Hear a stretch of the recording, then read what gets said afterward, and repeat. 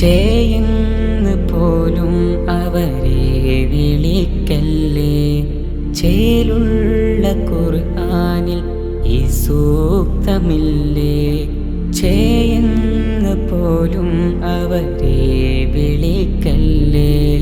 ചേലുള്ള ഖുർആനിൽ ഈ സൂക്തമില്ലേ. ചേർന്നു നിന്നോ അവരോട് കൂടെ. ചന്തം ജന്നത്തുണ്ട കാലിൻ്റെ ചോടെ. ഭൂമിയിലുണ്ട് നഷ്ടപ്പെടുമ്പോൾ